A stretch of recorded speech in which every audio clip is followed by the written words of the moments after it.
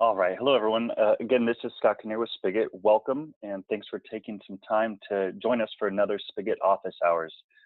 Today, I'm joined by Steve Wynn of our customer success team. You may be familiar or have even worked with Steve.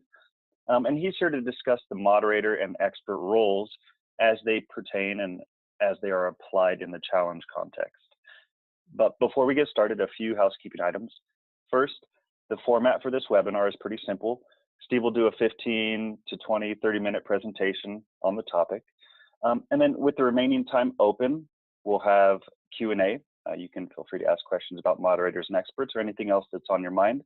We also have Sanu here from our support team. So if it is outside the context of this topic, that's absolutely okay.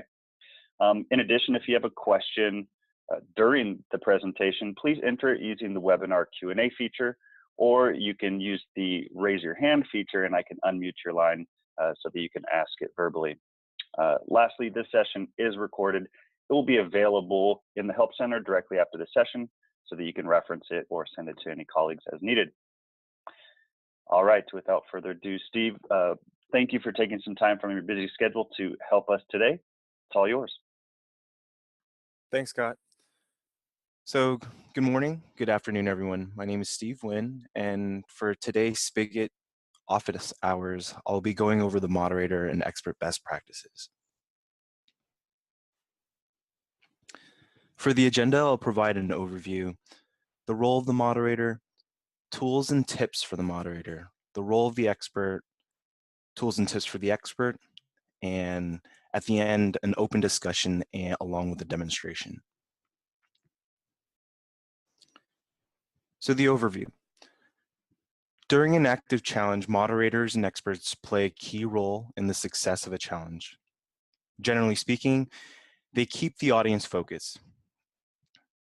So when an idea is submitted in a challenge, moderators will jump in and start working to help develop and expand on the idea. This will help the ideator and crowd to not lose sight of the idea as it progresses in the challenge. In addition to this, the expert will weigh in their expertise and provide feedback. For the second bullet point, promote the development of ideas. As ideas are refined by the moderator, the idea will graduate to later stages in the challenge. One of the cool features in Spigot is the ability to move an idea through stages, with each stage requiring degrees of crowd participation and moderator review. As ideas receive more views, votes, and comments, to name a few, the idea will graduate to the next stage. At a certain point in the challenge, the expert will provide their feedback on ideas, and these ideas must score a specific review score in order for the idea to graduate to the next stage. The third bullet is connect ideas with people. Moderators and experts will use the various Spigot features to connect ideas with people, like posting comments, sharing ideas, and connect others in the organization using the @mention capability. In addition to these core features, moderators will have permissions specific to that role that can help further connect ideas with the audience. These tools will help guide the idea reach to the top in the ideation process. Lastly, validate ideas against the sponsor success criteria. Again, as the ideas progress, experts will provide their feedback based on the defined criteria set out by the sponsor and project team.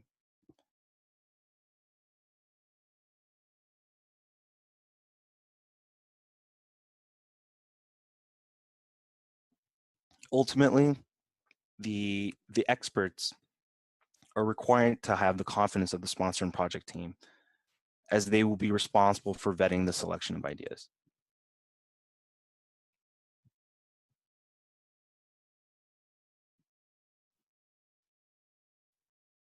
So the role of the moderator.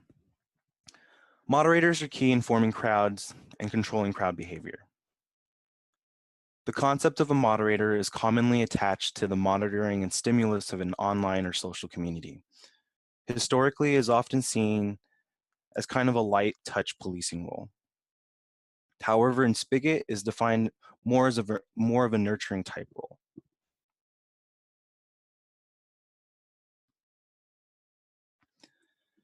There are three principles of challenge moderation. There's focus, the catalyst, and nexus. By focusing the audience, out-of-scope ideas should be reported to the challenge team, while out-of-scope conversations should be appropriately challenged. Moderators help users understand that voting is for showing support and comments are for idea building. For example, the comment, "Great idea," is a nice comment, but it doesn't add much value to the idea. When ideas are submitted, moderators will respond in a timely manner. This will ensure ideas that are very similar are addressed early in the ideation process. The second principle is the catalyst. By expanding the concept, a good moderator response will be in the form of a question. The role of the moderator is to help the person who contributes and collaborates on an idea realize the potential of their idea and their leadership, and not to vet ideas. The third principle is the nexus. The moderator is expanding the influence. Moderators will make sure to connect members with related interests and valuable perspectives. As a tidbit, choose moderators who have a strong communication skills and are ideally cross-functional.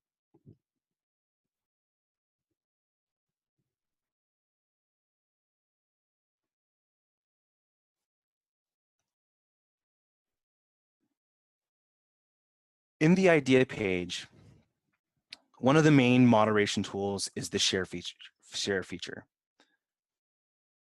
This allows the moderator to send a direct link and personalized message to the recipient.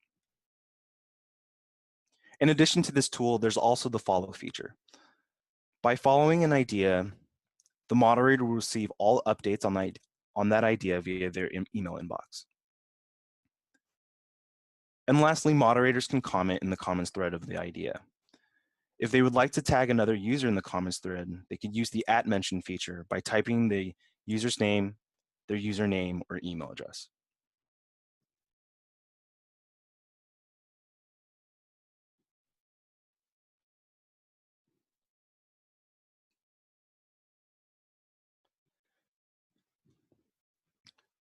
Like I mentioned earlier, moderators have permissions that are specific to that role to further enhance the idea in the ideation process. These permissions include the ability to edit the idea, change the owner of that idea, change the idea category, moving that idea to another stage, deleting that idea, and close the idea. In this slide, these permissions are housed in the control panel widget, which are only visible to the administrator and the moderator role.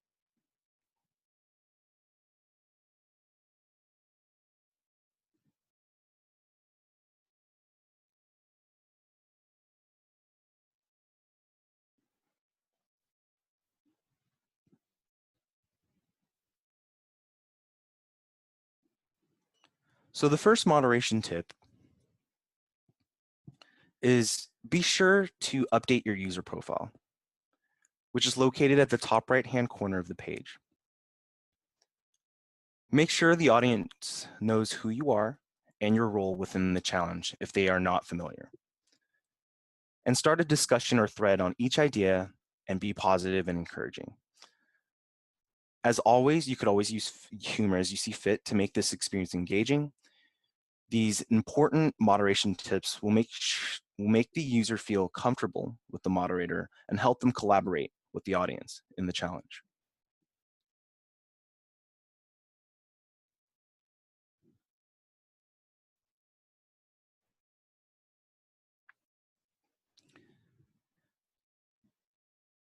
Another moderation tip is review needy ideas. As a moderator, you could set a goal for yourself to look at X number of ideas that have not received a lot of engagement to date.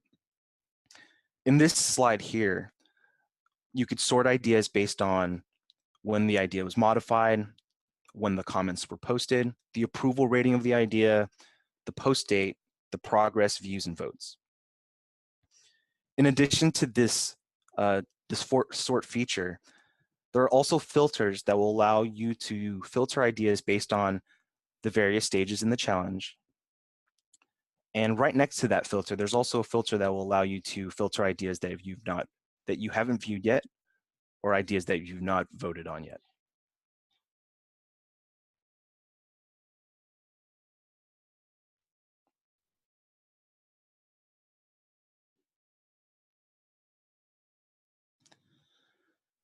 In this next part of the presentation, I'll go over the role of the expert.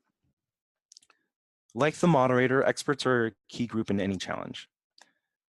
The expert is often referred to as the subject matter experts, and experts focus upon ideas rather than the crowd, and therefore the skill set is very often unique to this role.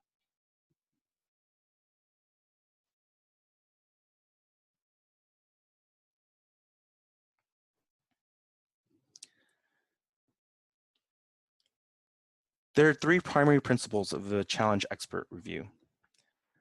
An expert should understand the concept, leverage their knowledge, and be transparent. For understanding the concept, experts should be reading all the idea and comments around an idea.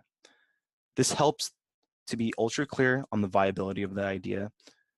It should also inform on more subtle content, which may have just come from the comment stream and not just the idea. And as always, experts can reach out to their idea owner in the comments thread. By leveraging their knowledge, experts help the audience and project team understand how valuable an idea is to the organization. And the third principle is experts should be transparent and neutral when providing their feedback on ideas. Professionalism is key when assessing ideas.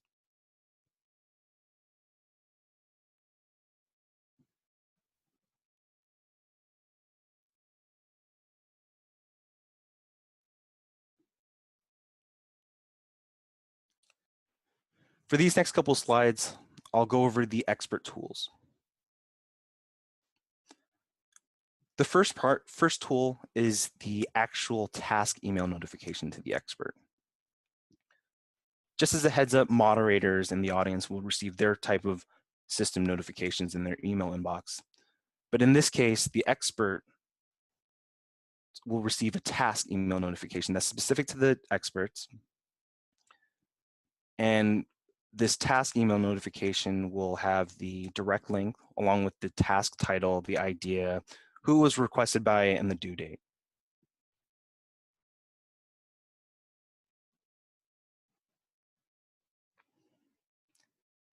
In addition to receiving a task email notification, the expert will also receive a Spigot inbox notification. The inbox is located at the top right-hand corner of the challenge site. By clicking to the inbox, experts can view all their outstanding expert tasks that are assigned to them.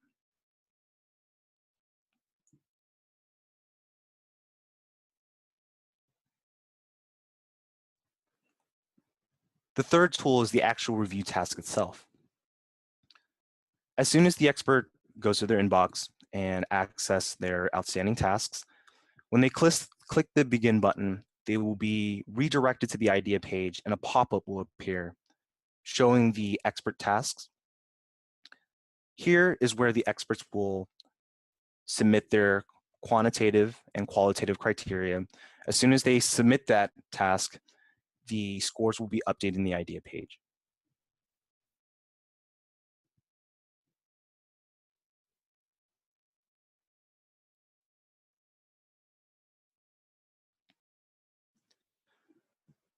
Like I mentioned for the moderators, experts can also share the idea as well. For this specific case here, experts can share this idea to other experts within the challenge and get their feedback before they submit their task review.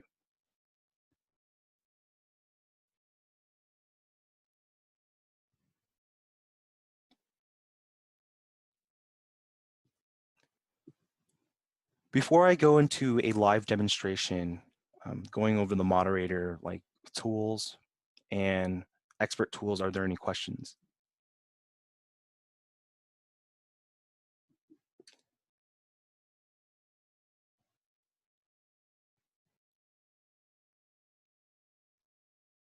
Okay. I'm going to stop sharing my screen for a brief moment and then move to the challenge site now.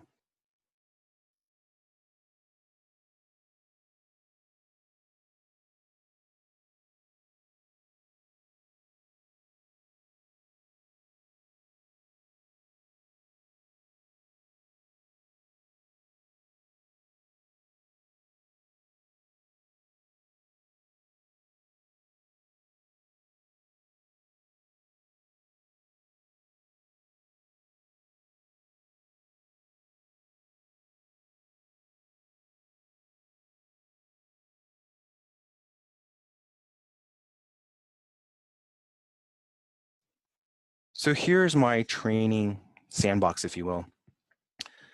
This is my test challenge here, and this is the home page of the challenge.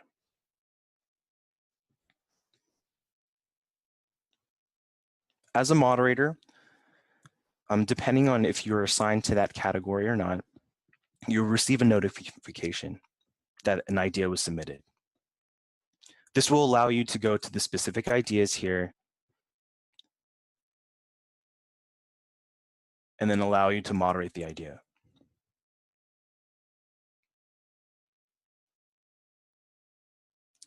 Like I mentioned earlier in the presentation deck, moderators can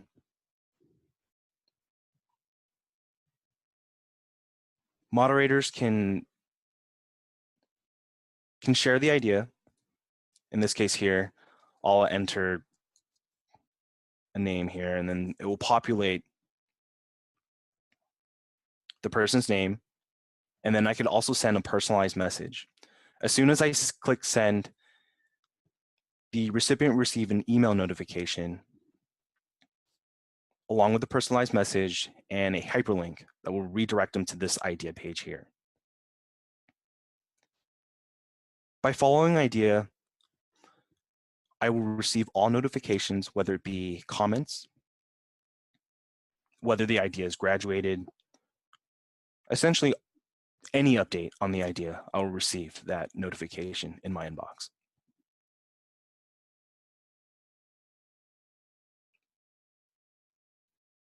And a third moderator tool is using the comments thread. Moderators here will use the comments thread to help the ideator flush out their idea if the idea is incomplete. And they could also use the @mention feature to help the audience connect with the ideator in the challenge.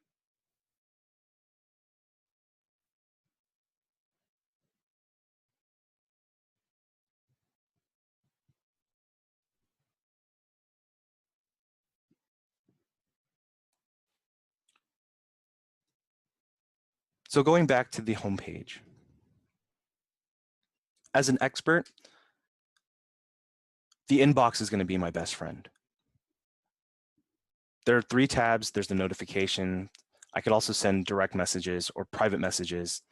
But here's the main tab here, and that's the tasks tab. This will show all my outstanding tasks.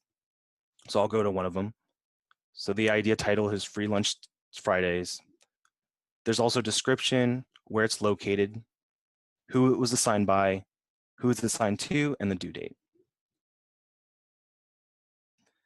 By clicking begin, I'm redirected to the idea page here, as you can see in the background, but the pop-up screen will show the quantitative criteria that I have to select in the dropdown.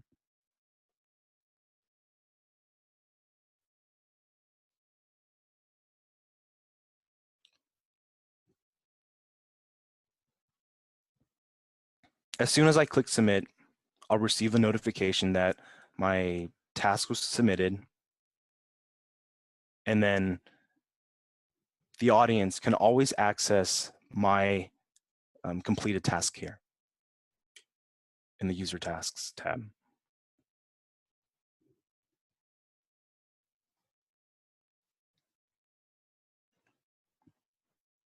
And like the moderator, As an expert, I could also use the share functionality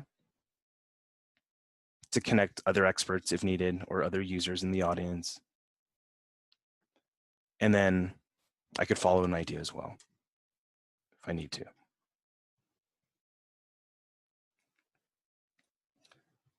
One thing that I forgot to mention is for the moderators, they could access this control panel widget here.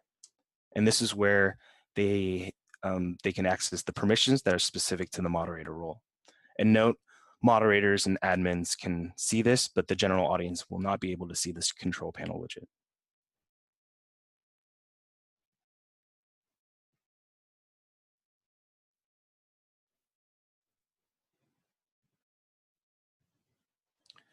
Before I conclude this presentation and we go into the open discussion, are there any questions? Steve, there's a question here from Ben. Can tasks be used for any participant? Yes, they can. So when I was showing the tasks, this is where, without going into much detail, you could set the tasks automatically in the graduation criteria. But let's say in a challenge, you want to assign a task to a specific person. An expert can assign a task to other users.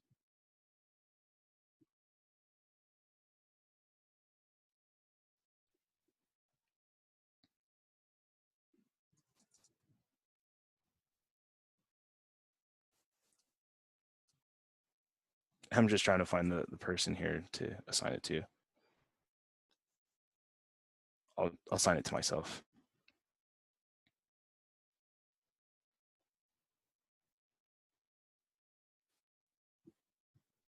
But as soon as I add this task, that person will receive that notification on hyperlink to that task and then complete the task. Great, thanks. So we can assign by person, we can assign by role, as long as they are a member of this challenge, which is why that list wasn't populating for you, Steve. Thanks. Another question: can the general audience see the expert review form that was filled out? Yes, they can, and they could access it in the idea tasks here, but we could also configure it in the back end to make it not visible to the general audience as well. So there are options to making that idea tasks visible or not visible to the audience. So Karen, to elaborate, the short answer is by default, yes. We tend to try to promote the open collaboration and sharing of all information in a challenge, specifically so that we're building credibility among our audience. We want to remove any perception of favoritism or bias or cherry picking, if you will. And that's why we typically by default recommend that everything is open and transparent, because this is a learning exercise just as much as anything else. And when we have open dialogue around why decisions are made, that will help our idea submitters understand how to form their ideas and even pitch their ideas going forward, so that they're considering the right elements when decisions are being made. Steve, can you take a quick moment and provide Karen with a couple ways, if she does have the need, maybe there's a confidential challenge or content in there that just can't be shared. Can you show her maybe one or two of the ways that she can toggle that and permission the widget or the task permissions to hide it? Sure, absolutely. So in the administration panel, which is only visible to the admin, you can go to the site editor here under display and branding. This will show the various pages in the challenge. And the page that we're looking for here is the view idea page. And that's going to be the idea page that the audience will access in the challenge. By default, it will show the overview tab. But once we go into widgets, what we're trying to do here is make this idea tasks tab visible to only the admin. So this widget here is called the View All Tasks Fresh. I'm going to remove it for now and refresh the page. By refreshing that page, it'll show that available widget. So I'm going to go select the idea tasks. And then in terms of style, this will show like the border. In this case, we're going to select no border and then select the role and then add the widget.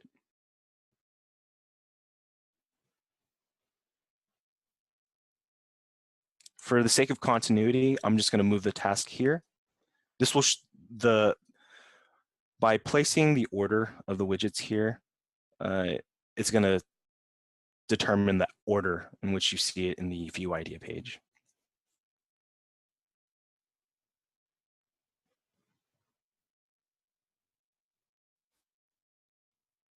So going back to the idea page, by making this widget, visible to only the admin, this widget here is going to be visible to the admin.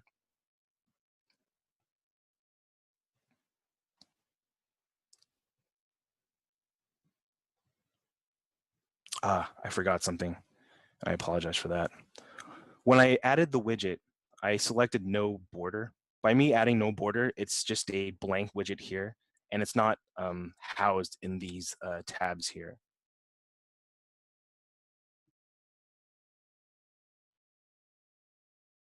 For the sake of this demonstration, I'm just going to go back and update it here.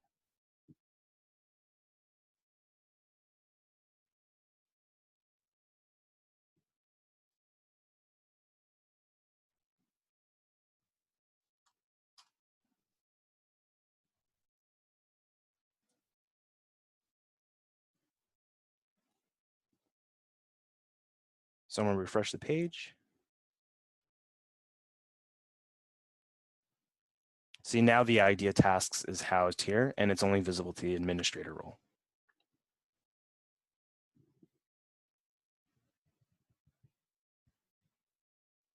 Thanks, Steve. No problem. One more or a couple more here. A point from Michael Hood, an observation, I should say, and I think this will probably resonate with many of us.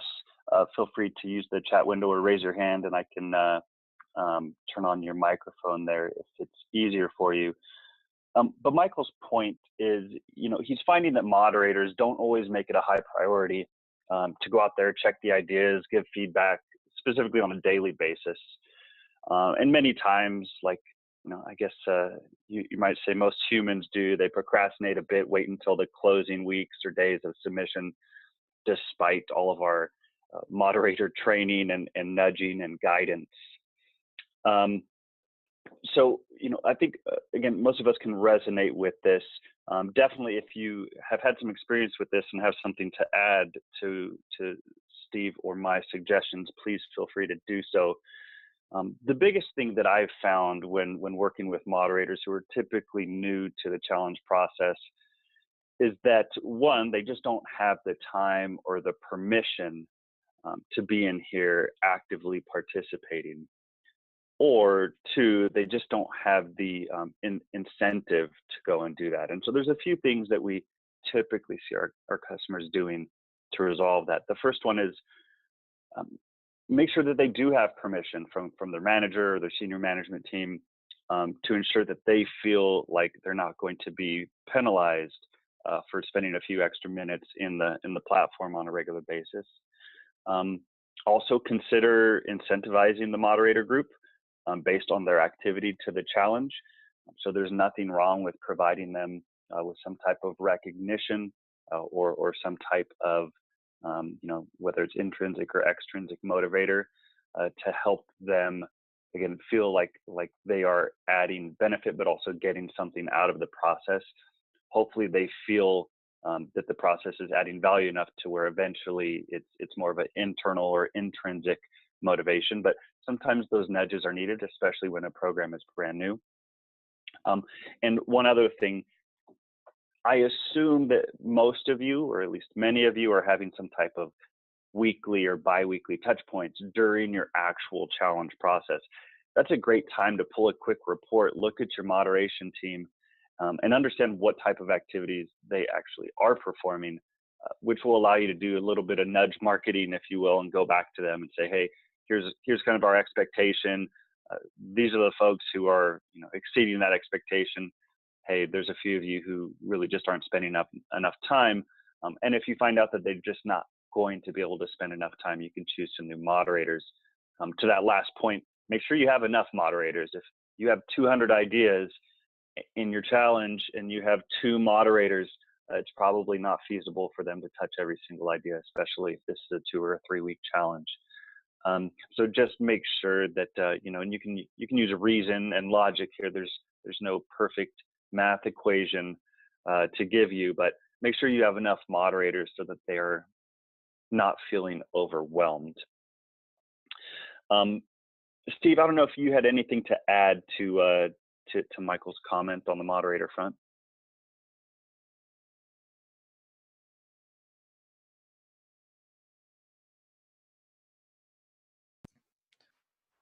All right. I do. Sorry, Scott.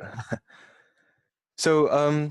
As a moderator, yeah, it makes sense. There's going to be times where moderators do procrastinate. From my experience with other clients,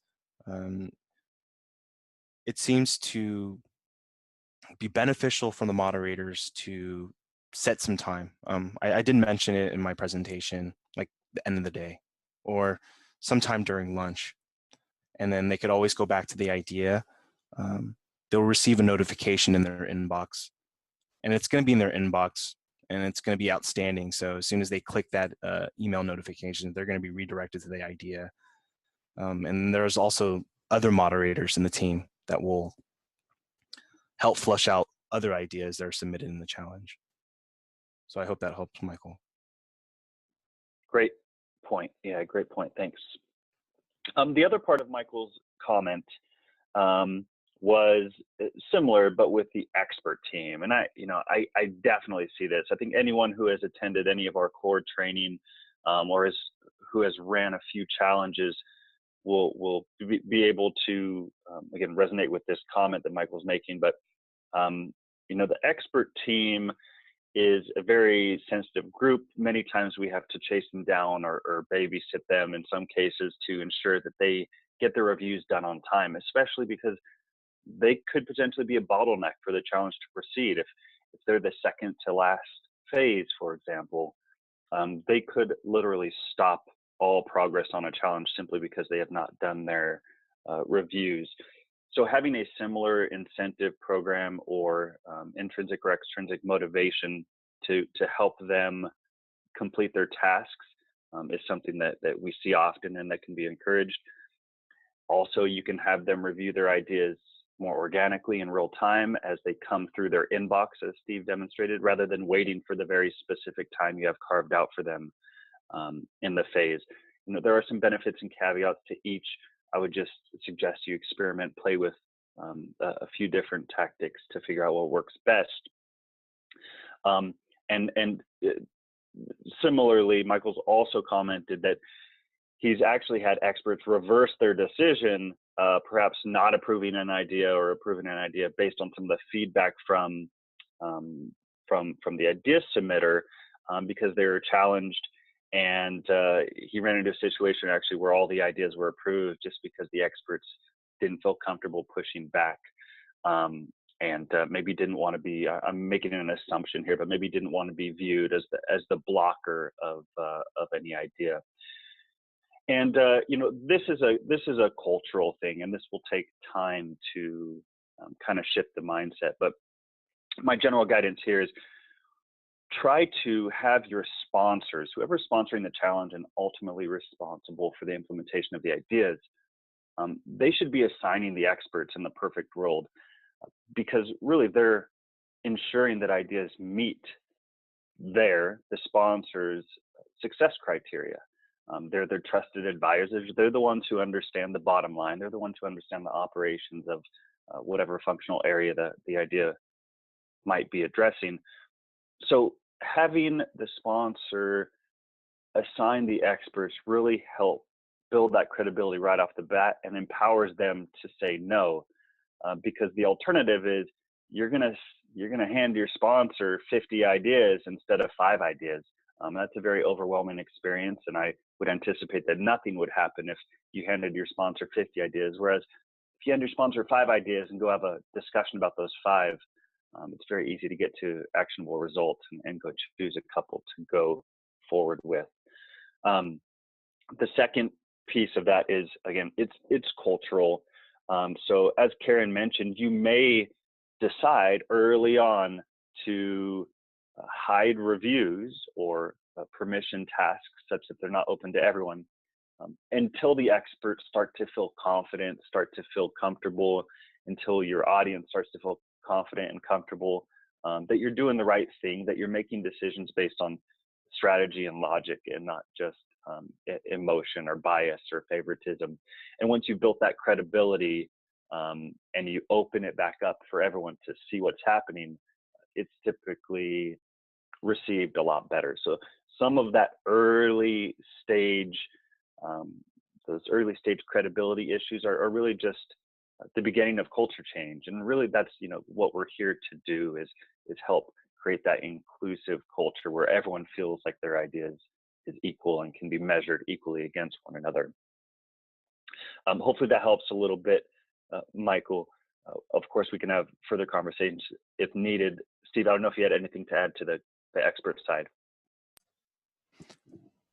Based on my experience with other clients, I've had clients, the project team set up like a specific meeting, and then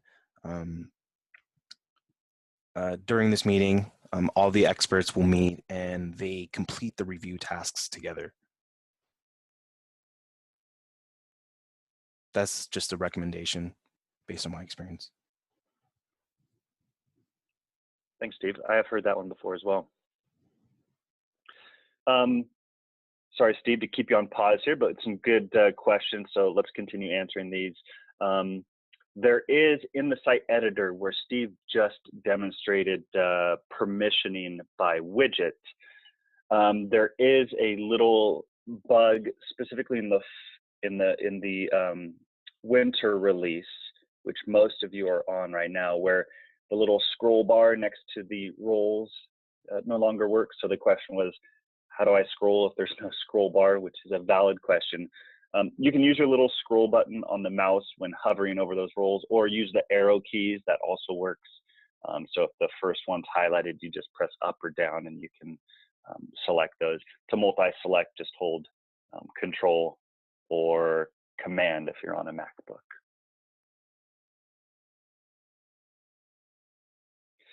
And lastly, the easy question here. We will share this presentation on the Help Center article along with the recording.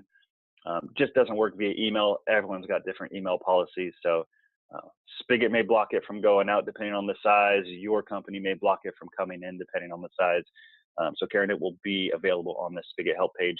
If for whatever reason you can't get there, just let me know and I'll send it to you directly somehow.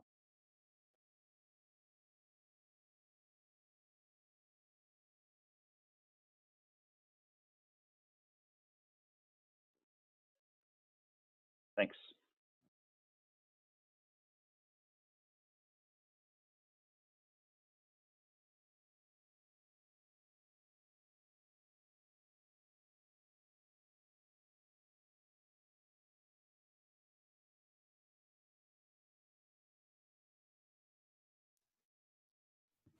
All right, Steve, I think that's all the questions right now. Okay. Just to make sure, if there's anything else that you'd like me to review, feel free to reach out to me or Scott Kinnear at any time.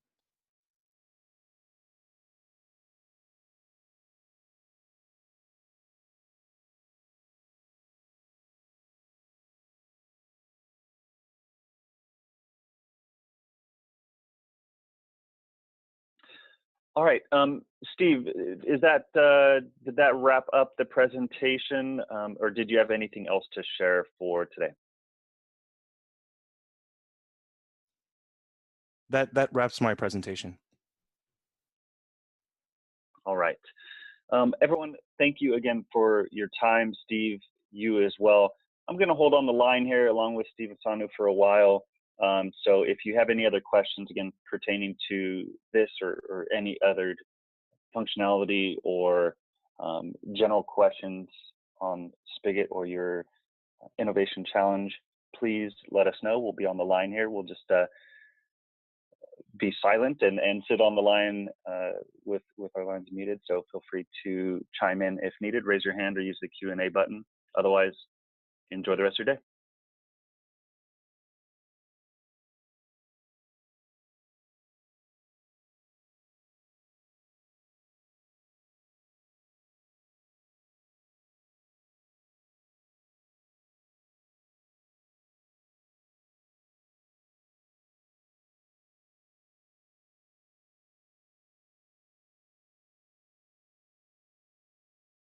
Yes, still here, Michael.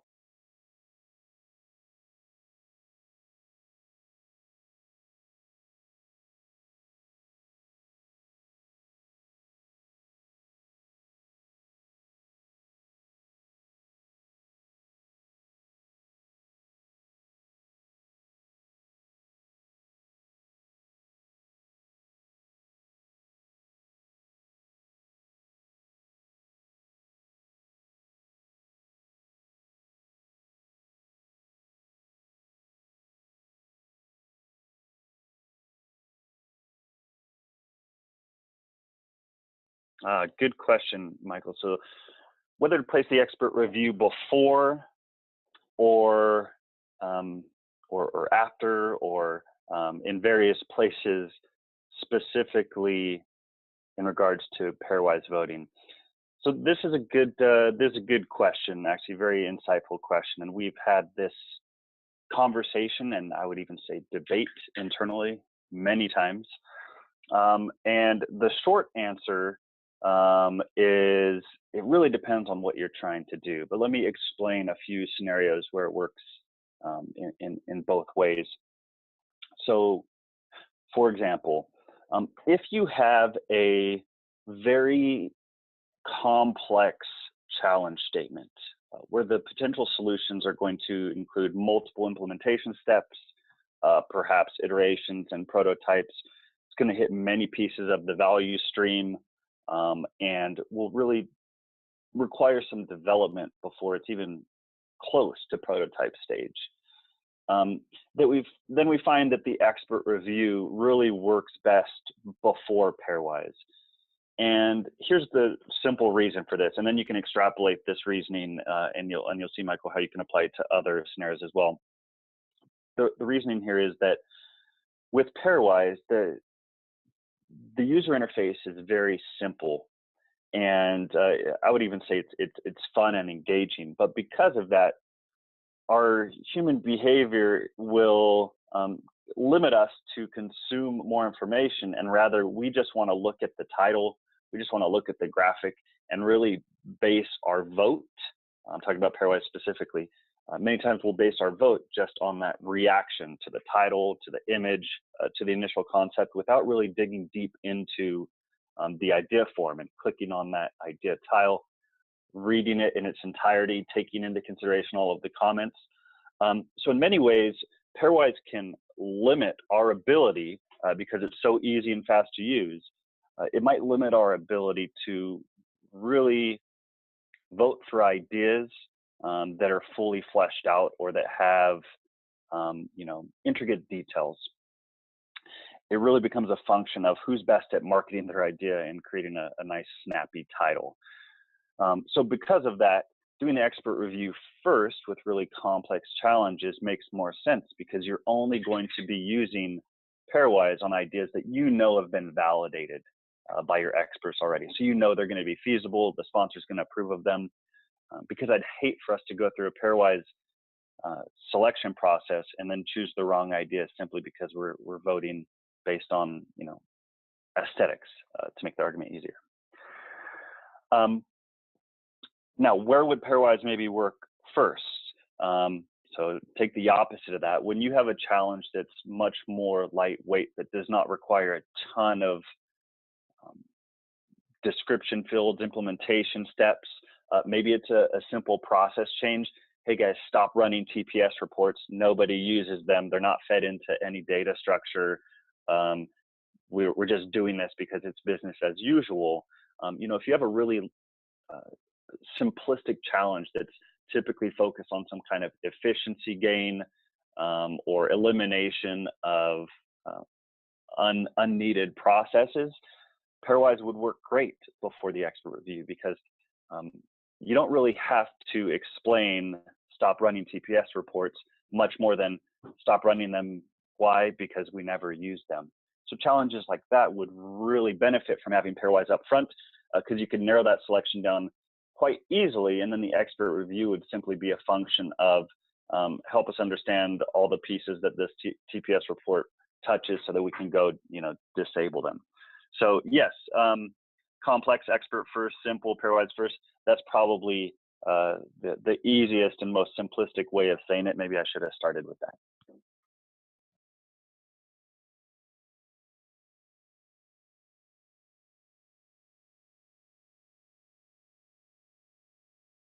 And I'll end that answer, Michael. You're welcome. And I'll end that answer with, we also don't have all the answers.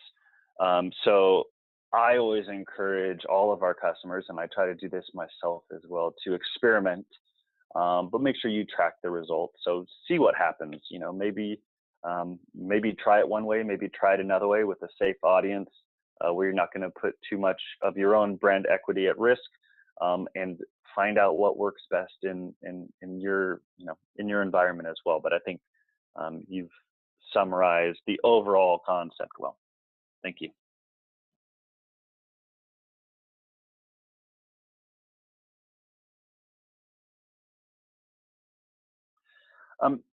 Steve, a question from Ben. Are you able to walk through some of the widget setup, creating, formatting widgets? Ben, are you specifically talking about editable widgets, or just the site editor that Steve was on earlier?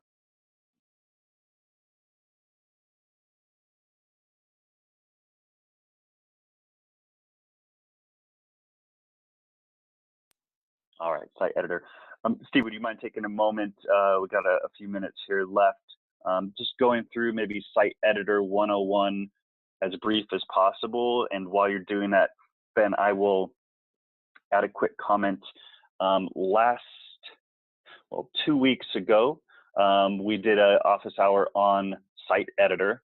So feel free also, if you don't get what you need today in the amount of time we have given left, feel free to go out to the article, click on the July 25th session, which was the site editor, and you'll be able to watch about 45 minutes of tutorial on that subject as well. So in the site editor, and you could access it from the display and branding page. You could add a new page here.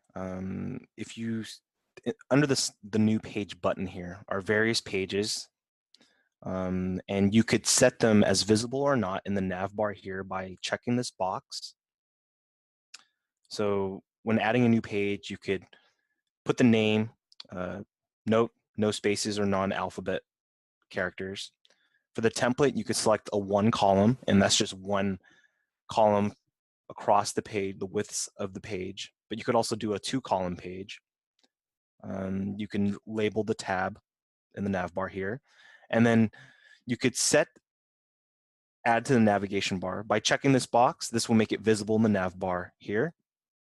You could set a web bait, like the title, the description, keywords, subtabs here.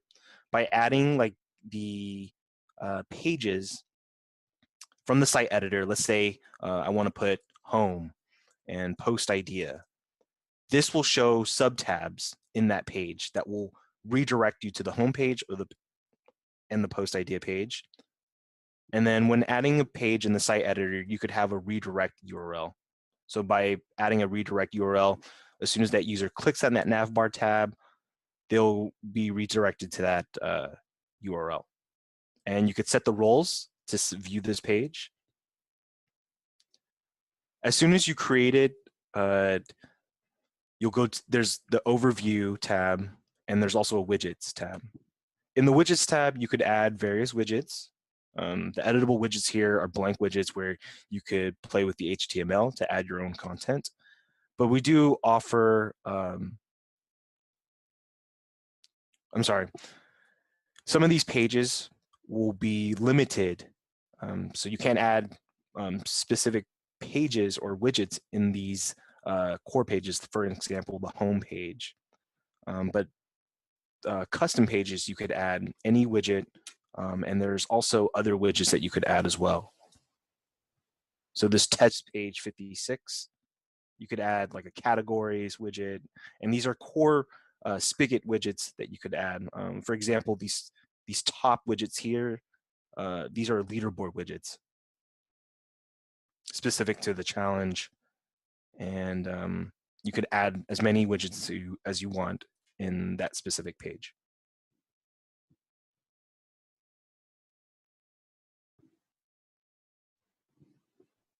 Ben, I've also replied to your chat there with a link directly to that office hours page.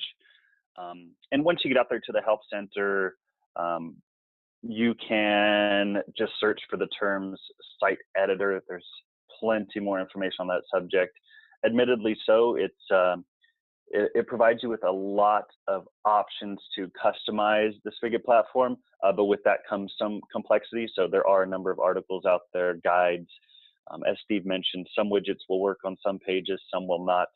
So hopefully that documentation will help you out. Of course, you can also use the chat feature there in the Help Center if you need to, and hopefully that will help. And then just for future knowledge, so that you understand the direction of the product. Again, Steve kind of alluded to this, and I'll give you the read between the lines text. The reason some widgets are available on some pages and not others is because our product team is going through these pages and removing any widgets that wouldn't work on that page, so that you don't have to test them yourself or go read or figure out what works on which. So you'll notice some of our newly refreshed pages, like for example, the View Idea page or the View Ideas page, since those have been recently addressed and reformatted by our product team, you'll see a very short list of widgets on there, only the ones that we know will work and look aesthetically pleasing. Whereas some of the older pages that have not yet been refreshed, like the store, for example, or the leaderboard page, you'll see 100 widgets. I'm probably exaggerating. It's probably more like 60 or 70. And not all of them will work. So I wanted to give you some background of why in some cases you'll see a massive list with every widget, and in some cases you'll only see a shortened list. Our hope is that once we get through all of the pages, the refreshed pages in future versions, we'll only give you the option to add widgets that we know will work and look good. So sorry for the long story there, just wanted to give you some context.